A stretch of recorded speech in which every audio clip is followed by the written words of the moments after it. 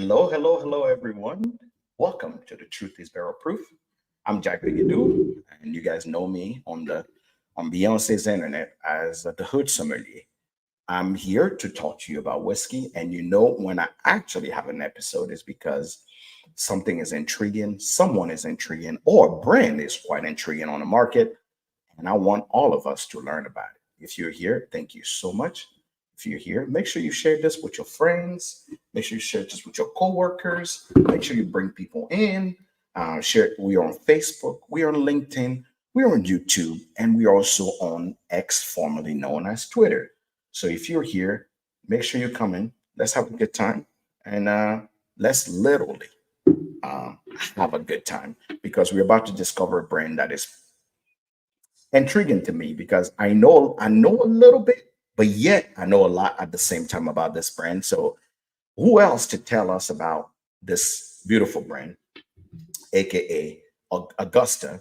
I hope I'm saying it right, Augusta. I always want to say it in French, which is Augusta Distillery, and I have to hold myself when I do this because I'm like, yeah, let's say it the way it was intended to be said, not the way I think I'm gonna say it. So, yeah, Matt Groves is his name, and he's in sales and marketing for the distillery. And let's welcome him to the show. Welcome to the show, Matt. Jack, thank you so much. I love the way I love the French dialect on Augusta. I think that's a beautiful way to say it. Being from there, with that being my hometown, I think my whole life it's just been Augusta is Yes, yes, it that was a knows. whole stuff for me. But that's not always the case. I have an appreciation for how we can expand our knowledge of how. The craziest thing always has to do with the fact that obviously Kentucky has a lot of French towns, Oh, it and sure you does. guys destroy every opportunity you get to destroy the original French name of it. From Louisville to Versailles to you guys destroy every single one, and I say every opportunity a Kentucky person's get to say anything You know the about one we that didn't is mess up French in though. Kentucky. They We didn't mess always up will mess Paris. it up. Yeah, Paris is there too. We Yes. didn't touch that one. But yes, Versailles, we just butchered that. We really Yeah. did. Yeah. Excuse me, got a tickle in my throat. Well, So thanks for having me. it is one of those that I always have to remember to tell people. I'm like, yeah, if you want to say the French way, you definitely will hate it. Don't say it the French way. They will say the Kentucky way. So just say it that way, and they will be fine. Right, But exactly. We simplified it, right? but I want to make sure that we introduce you. Tell the people who is Matt Groves. Yeah. Thank you so much. Thank you so much for having us on. This is a big deal for us. Small town Kentucky, some small town people involved in this, but a really big impact is what we're looking to make on Kentucky's illustrious bourbon and whiskey scene. My name is Matt Groves. I'm regional sales director, and I dabble in marketing as well for Augusta Distillery. For the purpose of our revelry tonight, I would say though it's most important to keep in mind that I'm a product of Augusta, Kentucky. It's where I grew up. It's where I learned about life. It's where my mother still lives. And it's where I'm fortunate enough to go back to pretty frequently these days for work. You can imagine the lifestyle of a traveling bourbon salesman. I'm out and about, whether it be events. I just actually came from an event at the Party Source in Bellevue, Kentucky, which is the largest independently owned liquor store in the U.S.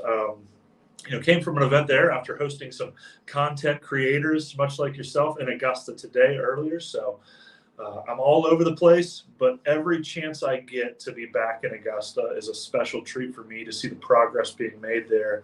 I was a graduate of the Augusta High School class of 2007.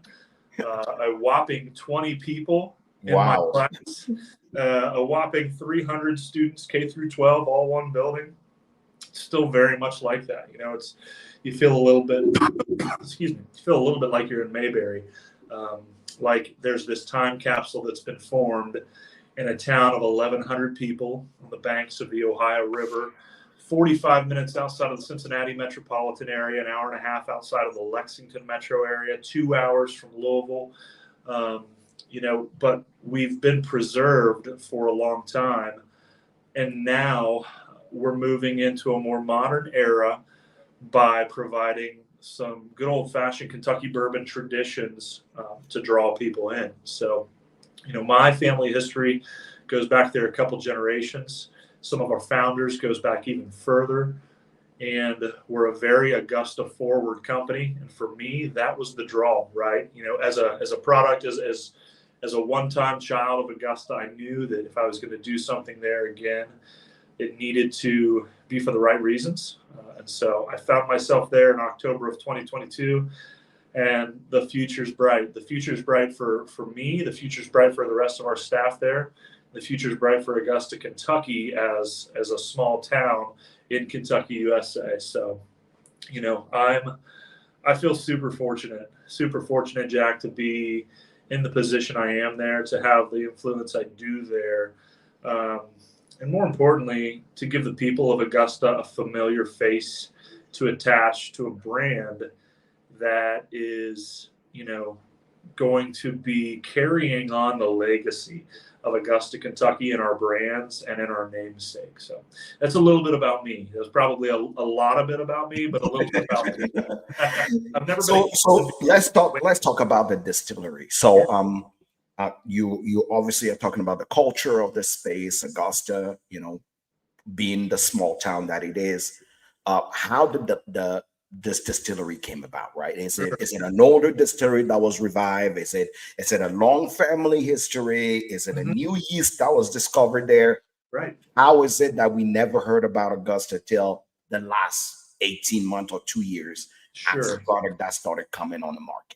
Yeah. So, to date it back to business speak, an LLC was formed in 2018, and then we made a splash in 2020 when we dropped a sourced 13-year bottle at single barrel cask strength unfiltered on the bourbon market in Kentucky and Ohio, and made a splash. Now, where that comes from, though, going even deeper, is really Lance and Leilani Bates. So Lance Bates, who was one of the original ideators, the original ideator of Augusta Distillery, had, along with his partner Leilani, rehabilitated a tavern in Augusta called the Augusta Beehive Tavern that has dated back to, near Augusta's founding in the late 1700s. A lot of history there. Well, Lance's family actually dates back to around that time as well. 200 years ago in the agricultural industry, they were cattle farmers in the dairy industry.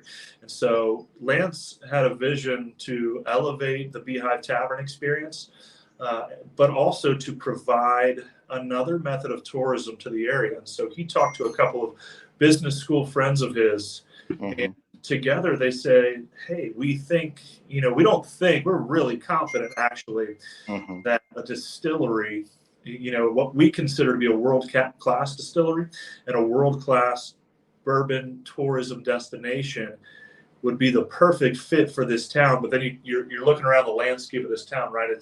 It's all of a square mile. It's all of 1,100 people. It's hampered by the Ohio River floodplain. So where in the heck is this thing going to go? Well, the solution actually was right in front of them, and it was, a manufacturing site that was built in the late 1800s that produced buttons and fasteners for the stagecoach industry and then the automobile industry. And it was a 45,000 square foot manufacturing campus that had been all but abandoned and was slated to be demolished in Augusta, which would have been a major blow to the area, to be honest with you, because it had a big footprint. And that would have been an empty footprint because you can't build new in the floodplain there unless you build, let's say, on stilts above the floodplain, like we see in many, river towns or coastal towns around the U.S., around the world, really.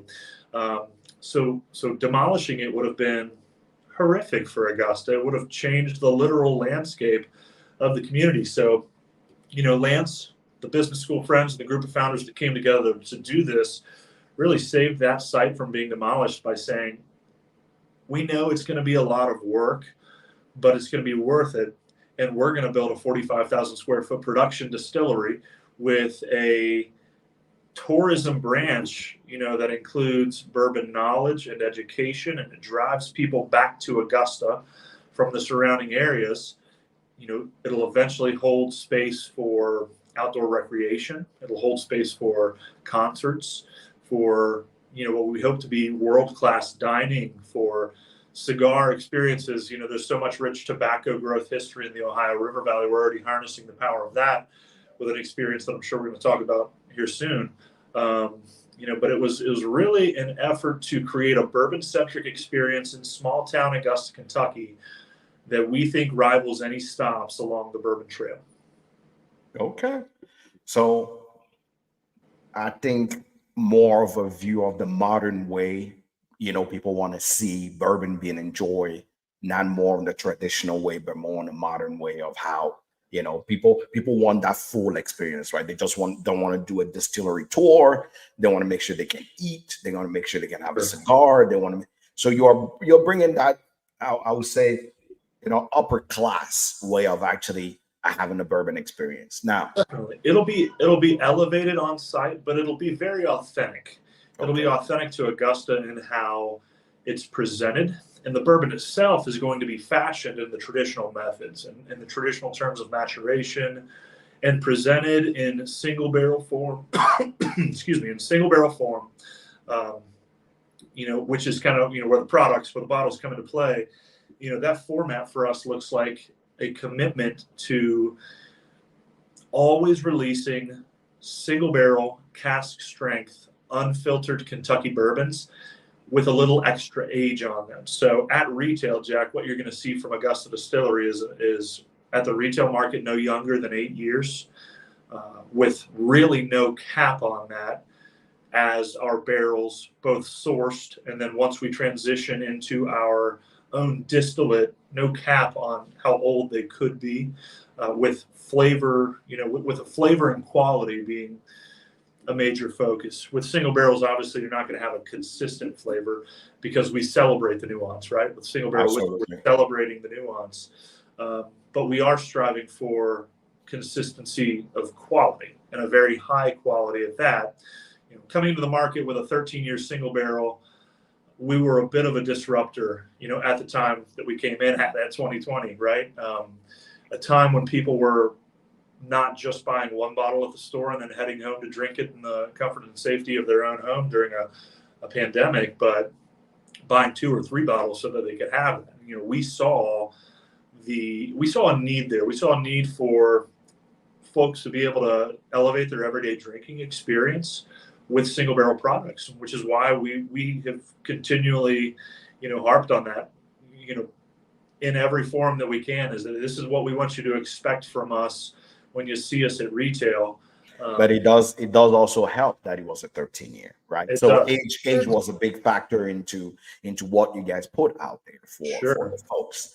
Obviously, you guys, I don't know what the marketing strategy was, but you wanted to disrupt the industry because it came and went so fast that some people didn't even get a chance to even touch the bottle, right? Now, how long have you guys been distilling? Sure. So we will begin distillation in 30 days. So everything that you're encountering from us in the market is a sourced barrel, all from Kentucky. Okay. So everything we're sourcing right now is a Kentucky single barrel product. That being said, how many products do you have on the market right now? So our 2 active SKUs, or our active brands right now, are Old Route 8 Traditional, which is an 8-year single barrel cask strength unfiltered Kentucky bourbon, which you might have there in your dram. The one I'm sipping today, or about to be sipping, is bottle 1 from barrel 43. I was fortunate to grab a bottle 1 off of this barrel, and it's at 121.4 proof. And these have been, drinking fantastic, these single barrels, as I pour one right here real quick. The mash bill on these sourced barrels is going to be 78% corn, 13% rye, and 9% malted barley. A quick toast to you, Jack. And again, thank you. And then let's see. So this is when you show the bottle, please. This is the This is the eight, the old road 8, Yeah, right? Old Route 8. So, and that, just a quick history on the bottle name, that's the 2-lane highway that is snaked along the Ohio River for generations, that has truthfully connected Augusta to the rest of the world for all of its needs, for for commerce, for a quicker commute, to and from the metropolitan areas, that when you live in a small town, you need to go to provide for yourself. Really a method to market for us right now. How we get our source barrels into Augusta, bottle them, and then send them right back out into the market, where we're fortunate to have so many wonderful distributors across the Midwest and beyond, but also the retailers who take a chance on us when they order through those distributors. So super fortunate for that. And Old Route 8, we consider our everyday option. It's the bottle that no matter what, we're always going to have available and always going to be sending it out into distribution. Whereas many of our other brands, including the Buckner's line of products, it's going to be more of a limited time offering. So subtle change. Tell me a little more about the Old Route 8. What's the average age of the barrels you guys are putting in those? Yeah, so at minimum 8, but as you can imagine, if something turns 8 on, what is today, May 23rd, but you don't necessarily need to dump that barrel until there's more demand. We right now have up to 9.5-year single barrels in the Old Route 8 bottles. So some you're going to find are closer to 8 years. Others are going to range in that 9 to 9.5-year mark.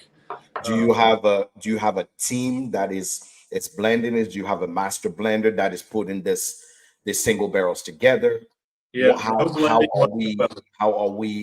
you doing this? How are these coming up? Sure. Yeah. So no blending at all for us. We are, we're very, very focused on single barrel releases. So one barrel dumped at a time. And the only thing that happens between that barrel being dumped and that liquid entering the bottle is a very light filtration to remove solids. No chill filtration for us. We don't want to tamper with the, natural sugars, fats, lipids, oils that take place in a single barrel. That the characteristics of the oak is really, that's such an important thing for us, right? Is watching, listening, smelling, and tasting what that single barrel imparts upon the liquid inside. So there is for people that never seen the Old Route 8, this is what it looks like.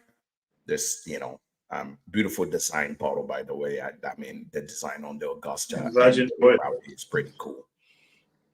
There's a certain sense of, like, I'll be honest, I like the oakiness, the mintiness that is coming through.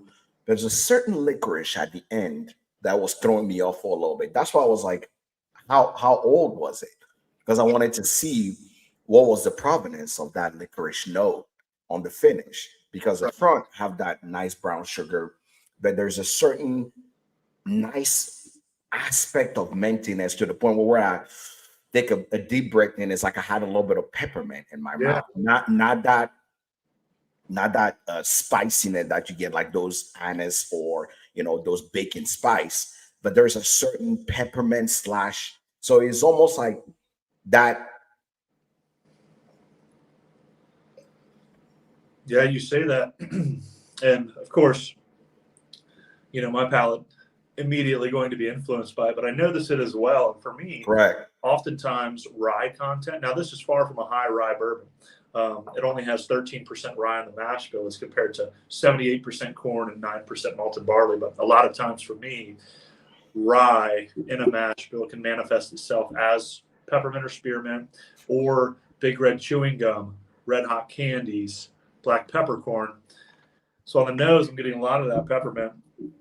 And on the finish, I think I get a little bit more of the cinnamon candy of the red hot. Yeah, that's cinnamon, but there's a certain bitterness. And I don't know if it's just me, but there's a certain kind of licorice at the finish that is almost sitting in the back of my throat where I'm like, okay, it's like it's almost like the level of peppermint and cinnamon mixed together went up a little bit at the end.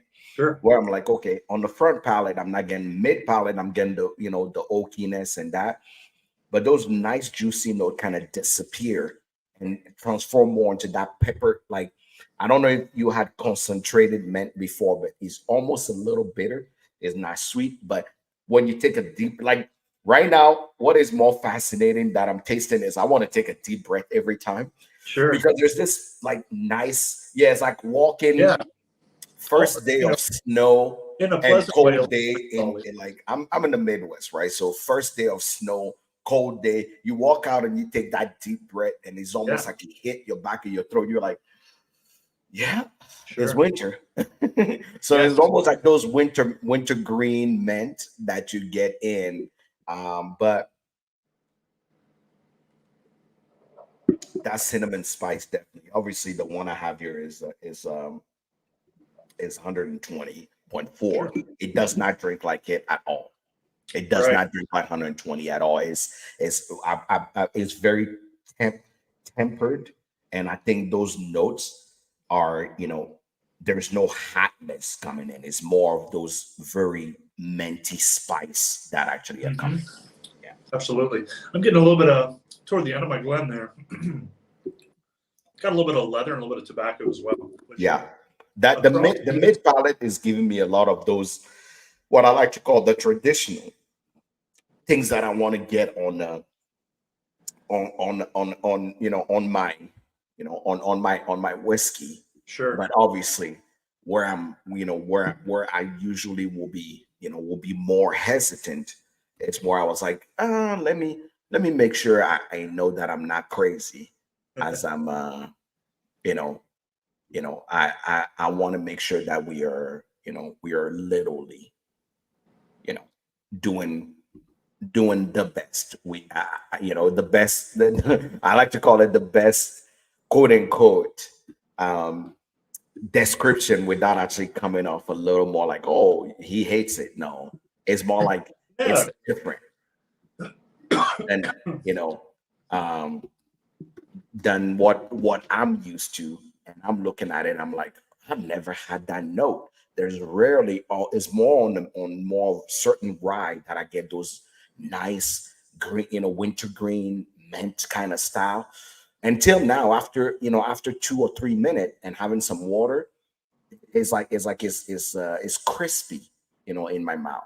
Sure. And I really, really like that, because for me, it's like it's so different than what I'm used to. I'm Right. actually happy that I'm tasting something that is off profile, because really that's the point of any single barrel, is to be off profile, not Definitely. really fit into a certain mold. Yeah.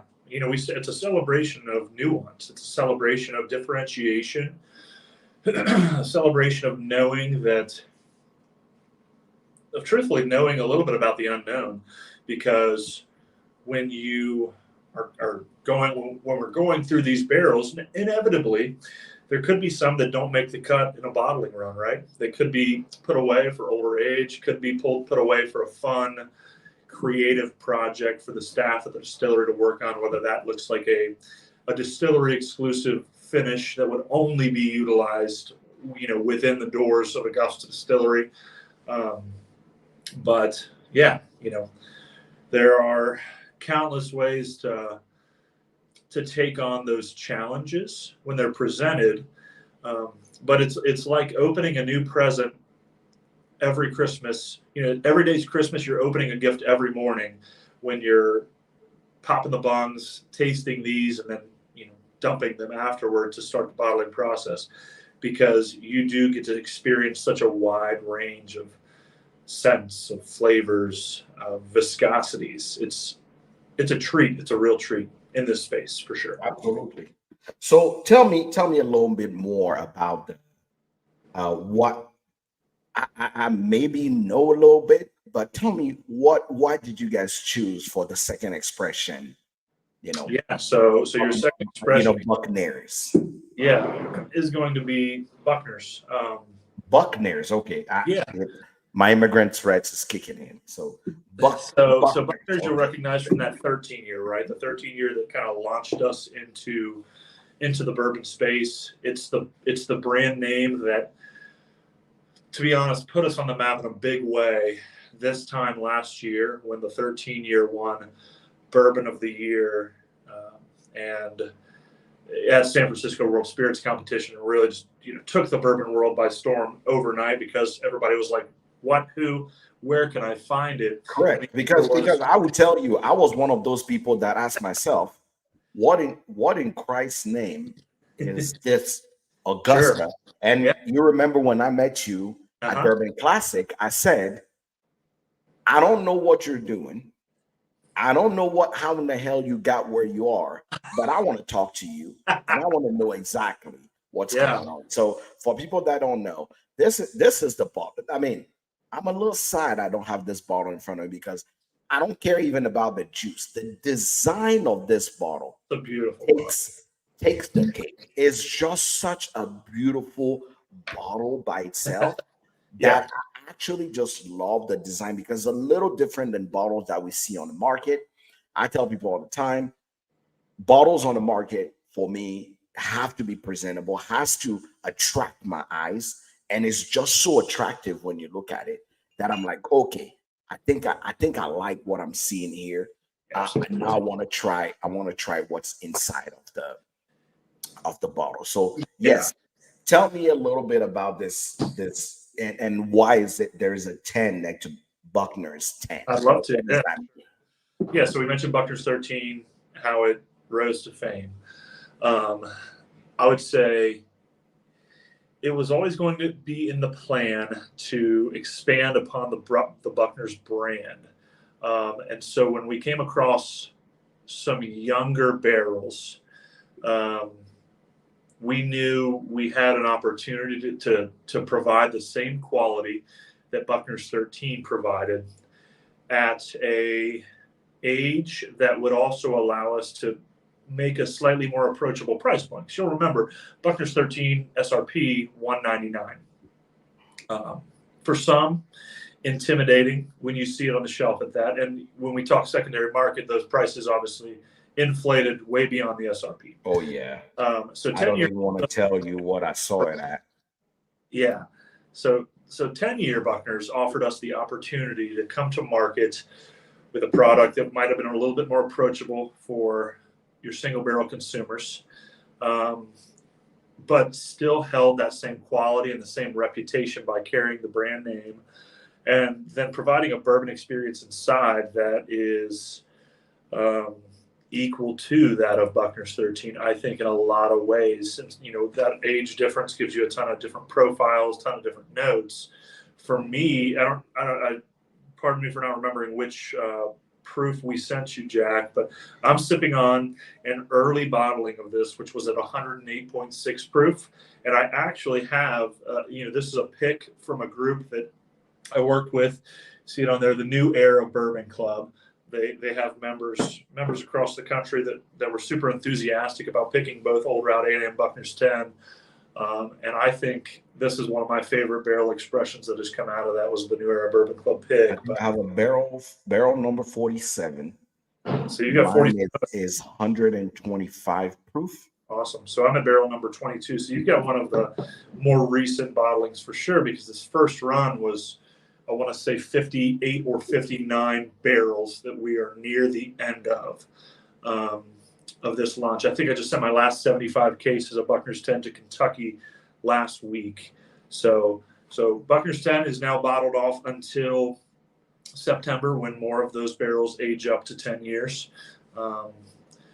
And I think, this is a fantastic expression. You mentioned the beauty of the bottle. A screen printed bottle just is always nice looking to me. And then with the touch of the handwritten label as well, our staff has far better handwriting than I do. I wouldn't be able to. I'm telling you, I love the design on this. Yeah. I love them as well. Again, for all the people that have never seen this bottle, this is what it looks like. For me, is just one of those things those bottles just fire, right? Just fire. There's no way you will walk past this bottle and that's turn your head and go, what in the heck is this? Yeah, she's a beauty for sure. So it's definitely, like I said, it's the only bottle I'm like, I will own this just because of the bottle. I don't even care about the juice. Just give me the bottle. Great.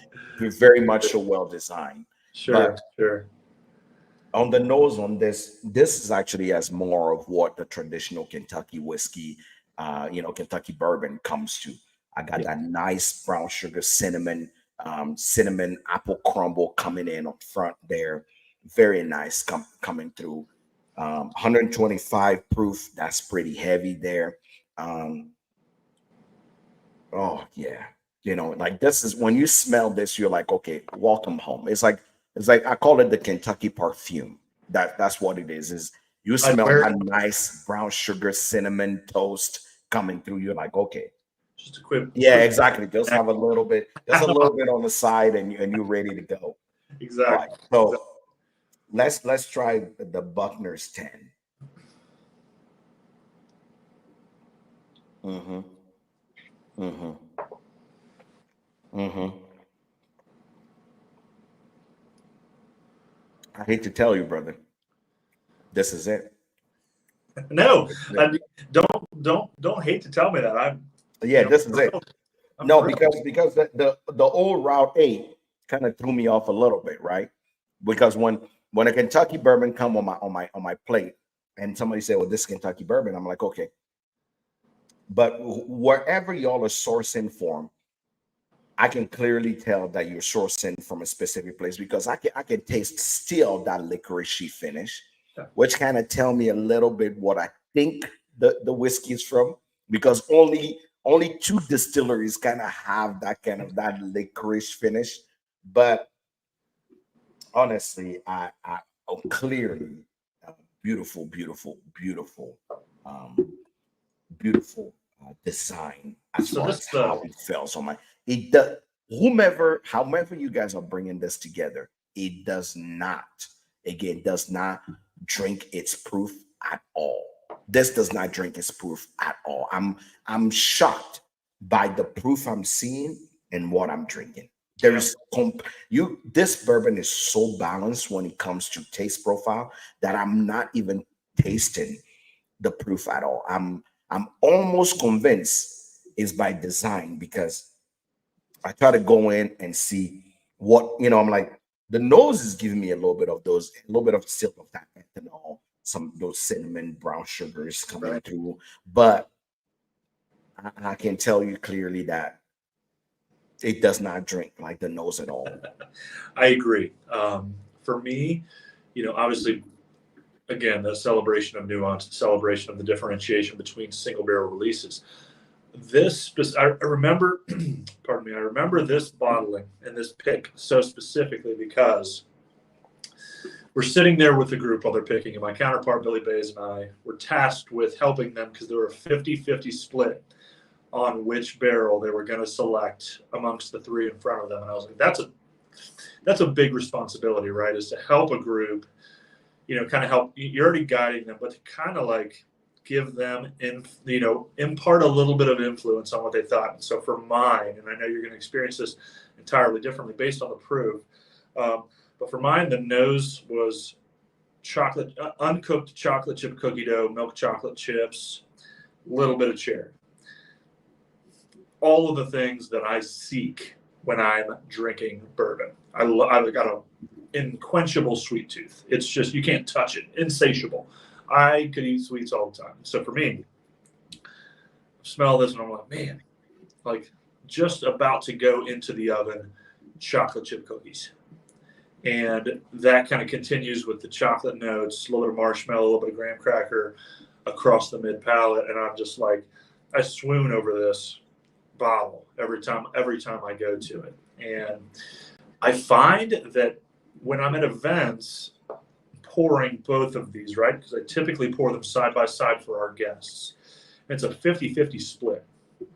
So to go a little, what I consider to be a little high level on how these flavor profiles differentiate barrel by barrel, I think, I'm confident in saying that the 8-year barrels lived all 8 years at the top of the rick house.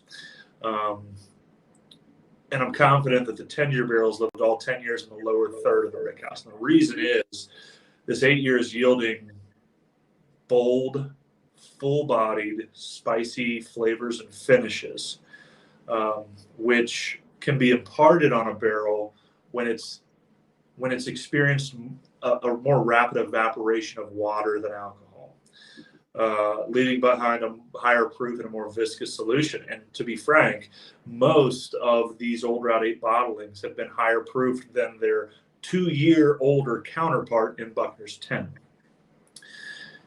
Buckner's 10, I think, laid low in the rick house, probably had a more balanced evaporation of water to alcohol, finishes shorter, finishes sweeter, in my opinion, of course. We all have different palates. I think that, what I experience out in the market is when people taste these side by side, people like me who like the sweeter stuff lean into Buckner's 10 a lot, whereas a lot of your hyper traditional Kentucky hug loving bourbon drinkers are diving into that Old Route 8 because they like that spicier finish. They like the bold, full mouth experience, right? Like that Old Route 8 across the tongue fills you up from the roof of your mouth to under your tongue. It tingles your gums. It warms you as it hits your belly. For me, Buckner's 10 finishes shorter, finishes sweeter, lingers on the tongue with that sweetness, has a little less viscosity to it, a little less of those oils that grip your tongue, that grip your esophagus, but gives me like a dessert pour kind of experience, right? Like it's almost like I'm drinking like a port wine, a tawny port that's been cut a little bit.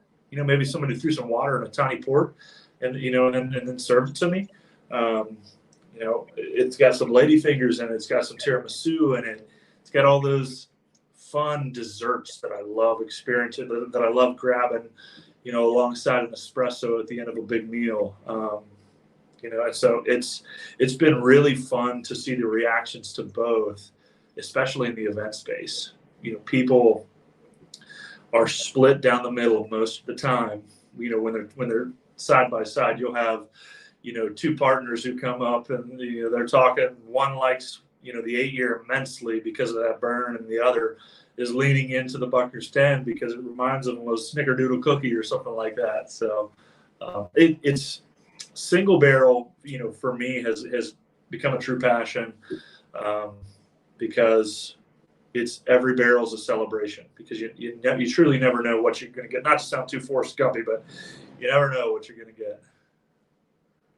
I would tell you right now, it's I'm glad you're doing, this is on the market. Some people, what do you think of people that think that single barrel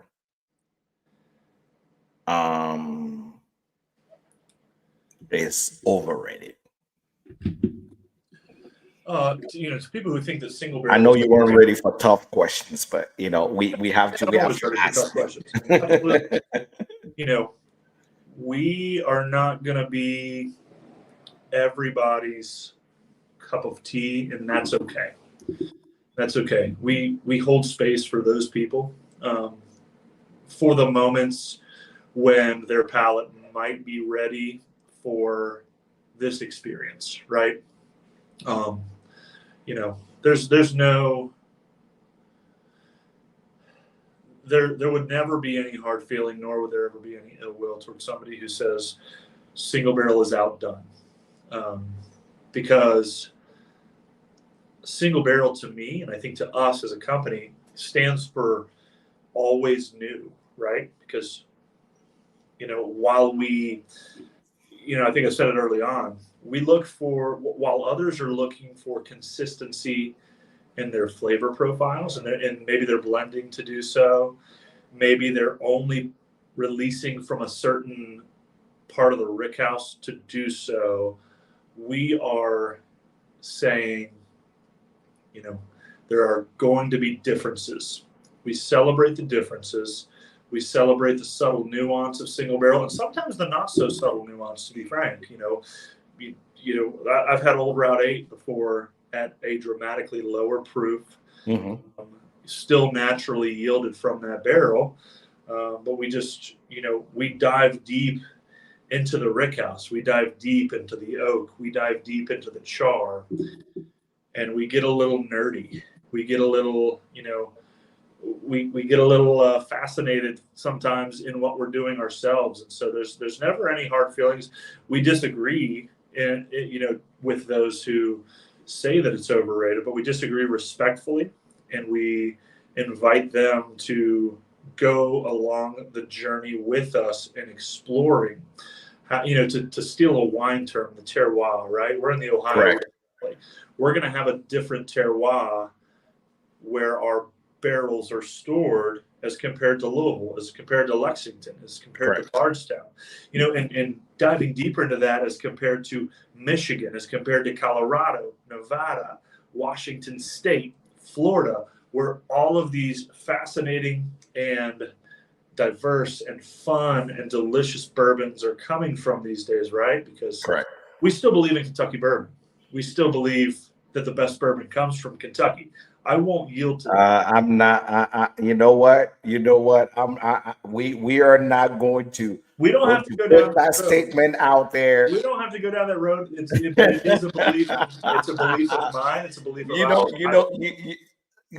I tell people all the time, and the last bourbon argument I got into is, where does the best bourbon come from? And that was a long argument, and especially if you're drinking barrel proof whiskey, that argument will last for about an hour and a half before you realize we are arguing just to argue at this point.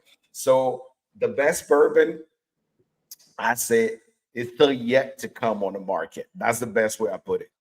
Sure. Good bourbons are coming, but the best part of bourbon is discovering, right?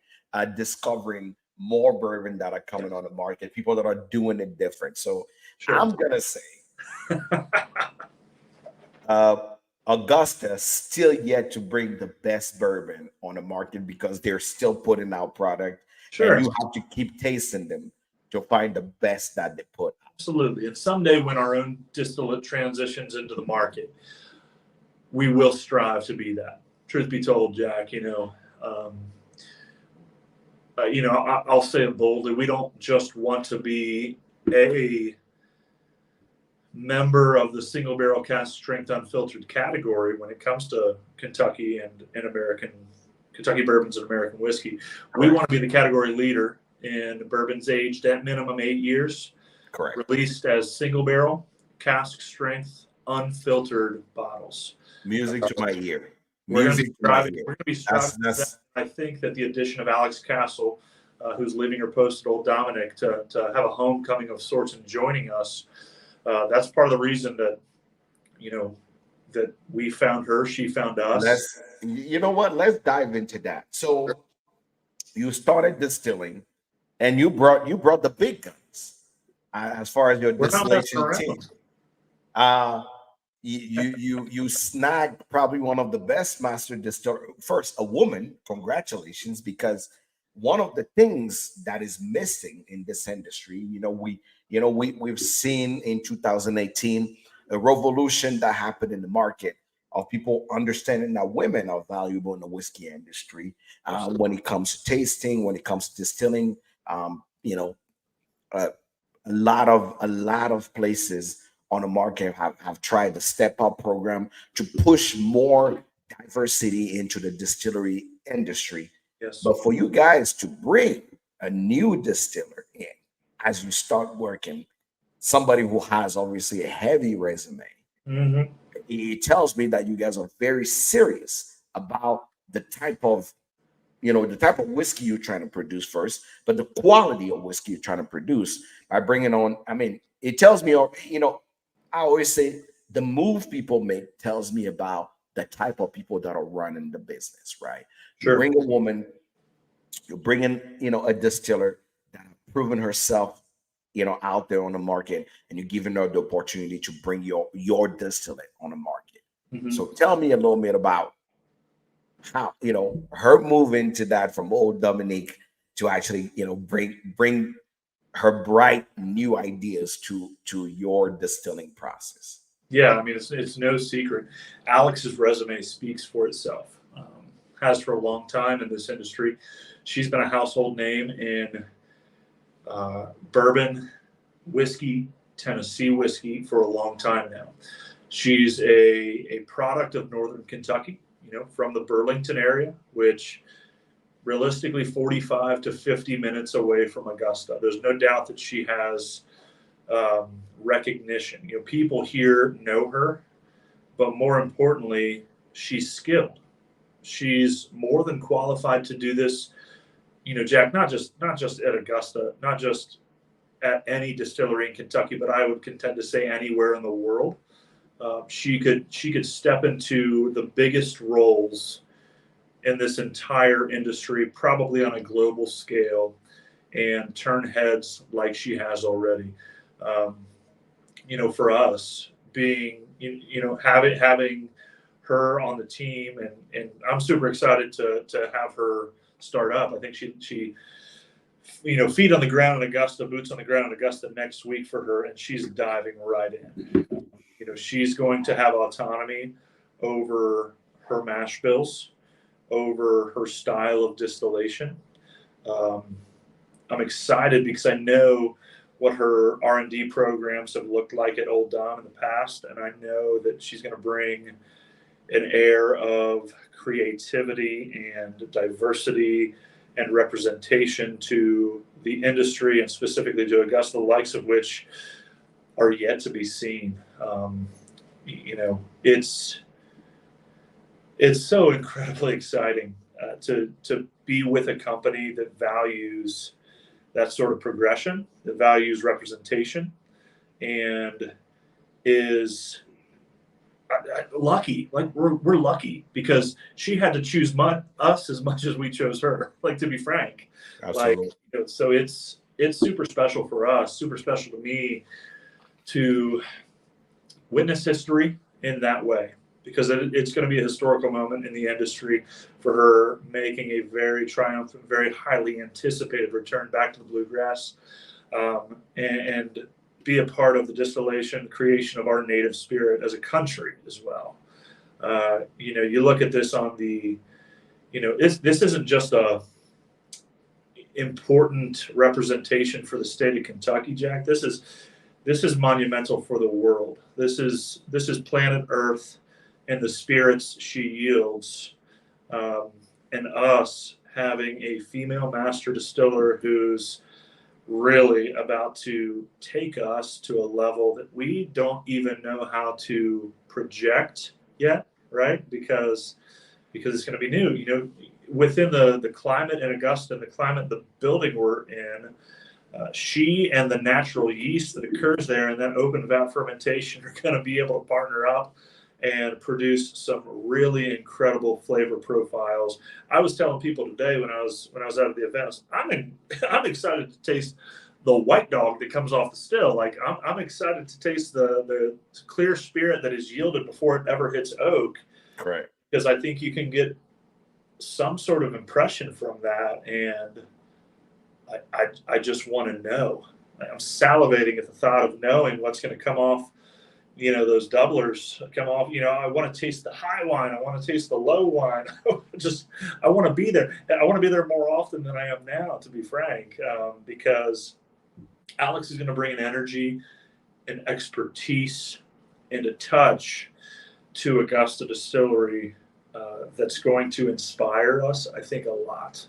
It's going to inspire the staff like me that are out in the market, maybe a little bit more remote, because at a higher level, we know what's going on there. It's going to inspire the staff on site in Augusta, because every day they're going to see an industry giant walking the halls, up on the staircase, up on the catwalk, checking the mash, pulling samples, showing people what's going on, speaking to the local, regional, Midwestern, national bourbon groups and clubs who've known her work for a while. Correct. And, they're going to get to experience it in an Augusta, Kentucky kind of way. And I mean, I could go on about that. I'm excited to host my first. It's very much so exciting. So let's talk about the tourism side before we close. We know about the whiskey, we know about the single barrel, and we know who is going to be creating your whiskey. I think the last part is that we want to know is the last two questions I have. The first one is, can people come to the distillery, and what type of experience should they expect? Absolutely. So we welcome people to our distillery in the Eastern time zone, Wednesday through Sunday, 11 a.m. to 5 p.m. And that's been going on for the last year and a half. So, we weren't shy about knowing we need to be able to bring people on site in some way for a long time now. And so when we started this, it was an empty cinder block warehouse that had 3 barrels that were chalked on either side by red bricks. We had a copper whiskey thief and a bung puller, and we were pulling samples from those barrels and thieving them into the glasses, the glens, the cups of anybody who would walk through that doorway. We were begging for an audience so that we could give them a good blend of education, entertainment, and some pretty damn good bourbon, part of my language, of source barrels and some contract distillate as well. And if we were lucky enough in those early days to have somebody walk out the door with a $200 bottle of Buckner's 13, the moment they left, we were high-fiving, cheering, and jumping around, just giddy as could be. Today, it's that experience, but elevated. We've built out more space to host more people, to offer more cocktails and bourbon slushes, but still have retained that Augusta charm that allows us to impart education, creativity, and entertainment on folks as they walk with us through a journey on what makes bourbon and what makes Augusta a special place to drink bourbon. So we offer that right now. That's what the experience looks like. But, as you can imagine, with production ramping up, we're about to start offering production tours that include walks back through the fermentation area, a presentation in the still house, a tasting of the high wines and low wines from our spirit safe that are absolutely beautiful. Remind me, and I'm gonna DM you a picture of the spirit safes I just took today. They pay homage to the riverboat history along the Ohio River where we are. So they look like the tops of old steamboat tall stacks with paddle wheels that will rotate once high wine and low wine start dumping down from the still. So very picturesque, and still, always making it accessible to people who have an advanced level of bourbon knowledge or an entry level of bourbon knowledge, and they're going to find fun. And it's bourbon centric, right? It's not just about the bourbon, it's about bourbon and, as I like to say, it's bourbon and small town USA, small town Kentucky, USA. It's bourbon and inviting you to hop into the little antique stores that pepper Main Street, Augusta, Kentucky. It's bourbon and having a reservation after your tour at the Augusta Beehive Tavern, which we consider to be a world-class dining and cocktail experience with a beautiful view of the Ohio River Valley, with the Augusta River or the Augusta ferry boat that takes you from the Ohio to the Kentucky side back and forth all day long, that is still in operation today. It's bourbon and being able to uplift our neighbors in Augusta and Bracken County by making them our primary philanthropic benefactors. One thing we did really cool recently was match a grant from the Cincinnati Reds Community Fund. The oldest franchise in Major League Baseball actually came in and put up a grant that we helped match that renovated the baseball diamond in Augusta, not just for the high school, but for the community to use as a meeting place. And being there for that ceremony and watching history be made in that way, and knowing that before the first drops of distillate were ever made in Augusta, the distillery was able to donate about $100,000 to the town and to the school district for that sort of thing. That's really special for me, being a guy who grew up there, who went to that school, who played ball at that ball field. Really special experience. So it's about attracting others who are willing to invest capital in Augusta to elevate the experience, to draw in tourism that is then going to create tax revenue for all of us there to benefit from. That's what it's really about. It's bourbon, but it's bourbon and, you can count on us. Trust me when I say this, you can count on us to provide top-notch, world-class Kentucky bourbon to the Midwest, to the U.S., and someday to the rest of the world, because I'm confident we will distribute overseas at some point. But also count on us to recognize our humble roots and see and create space for the people around us to benefit from what we're doing. If we're not doing that, we're not doing things the right way, and we all at Augusta Distillery firmly believe that. We're an Augusta first company. We spend our money in Augusta. You can find our staff spending money at the restaurants, the bars, the shops in Augusta when they're done with their shifts. And the people that we're bringing into town from a tourism aspect, you better believe they're doing the same in a big way. And that ripple effect is being felt all around. Okay, that is really good to know. Remember, folks, either you're in Louisville or you land in Cincinnati, first place you want to drive to is go check out Augusta Distillery. Come It see. is very close.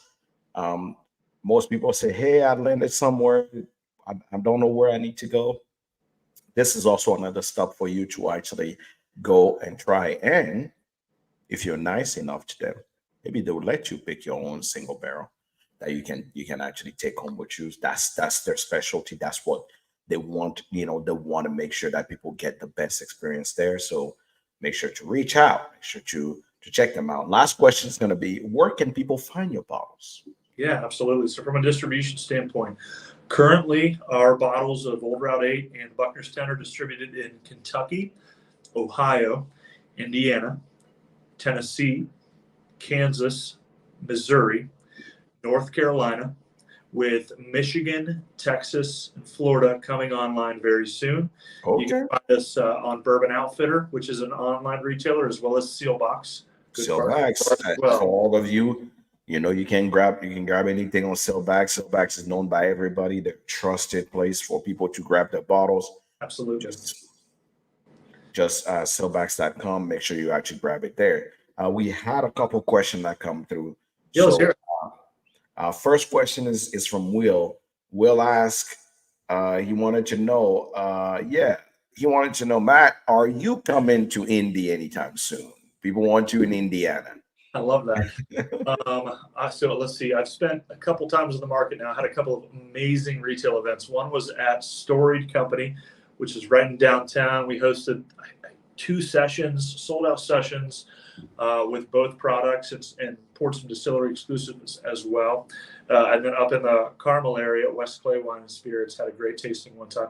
I will say I'll most likely be back in the Indy market post race, the 500s this weekend. It's a busy time up there. I hope to be back in Indy probably in July for some market work.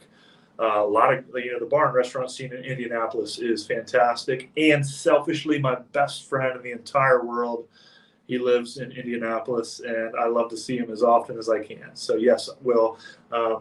If you are doing the social media thing, you can follow Augusta KY Distillery on all fronts, but also me personally at Matt Drinks Bourbon on Instagram. I'm pretty active in telling people where I'm going to be. So friend me, reach out. If there are places that you want to see Augusta, ask your local retailer and also ask me. And I promise you, I'm going to follow up on that. And last but not least, the question that came through is, when you're not drinking Augusta's bourbon, what are you drinking? I love that question. Old Granddad 114. OGD 114. 114. That for me is an amazing substitute for my everyday drinkers. Can't say enough good things. To give a shout out to some of our fellow craft distillers, Old Pogue, Old Maysville Club, which is their 100% malted rye, I find extremely, extremely tasty. RD1's Amberana finish. Okay. Mr. Barry in the corner there. For sure. Yeah. If you see Barry over there, love Barry Brenninger. has become a mentor of mine. I look up to Barry a lot. I try to see him and Tori every chance I can get. Just fantastic people across the industry, and he and she both are quickly becoming some of my favorites. And then a bottle that you can't find anymore. Heaven Hill 7-year or 6-year rather, white label green label. One of those bottles that I have one of those. Yeah, it's one of the like not officially discontinued liquid candy, in my opinion. I'm nursing the last one of my bottles. I'm embarrassed to, I won't share exactly how much I paid for that bottle because I needed it so bad, but it's a good one to fall back on. And then Rare Character as well. Something I know, Rare Character sourcing some fantastic barrels and doing some really fun finishes. Chad Watson, who's leading a lot of their single barrel charge down in Lexington and working in their warehouses, bottling things off for them, controlling that process, is doing an amazing job. Can't say enough good things about Chad. So I have a few of the Rare Character single barrels in my possession that I've been fortunate enough to stumble upon, and I gobble them up like crazy. All right, ladies and gentlemen, you see it here, Augusta Distillery, new on the market, new master distiller in, bringing single barrels to the market from 8-10 years, and maybe you see another 13-year come through. We don't know. There is a lot of surprises, but I always tell people you don't know about a distillery till you actually go to the distillery, meet the people, hear their story, and make an educated decision based on what you know. When you support a brand, you are not just supporting a brand, you're supporting the people, the folks, the town, the operation, and all the people that are part of it. And Matt was gracious enough to actually come here, talk with me, chat with me, and for all of that to see. If you're watching the recast, make sure you check out Silbags Bourbon. Can I drop a last minute Easter egg bomb on your viewers and listeners today? That one last minute announcement that has not been publicly spread yet, but I want to share it with you. The oldest expression of Buckner's yet will be released in Augusta, Kentucky only, as a distillery exclusive on June 15th. June 15th. And that is a Buckner's 17-year single barrel cask strength Kentucky. That's all I want. I just want a sample to taste. Yeah, same source, mash bill, and distillation season. So the same barrels that won 2023's best bourbon in the world, San Francisco World Spirits Competition.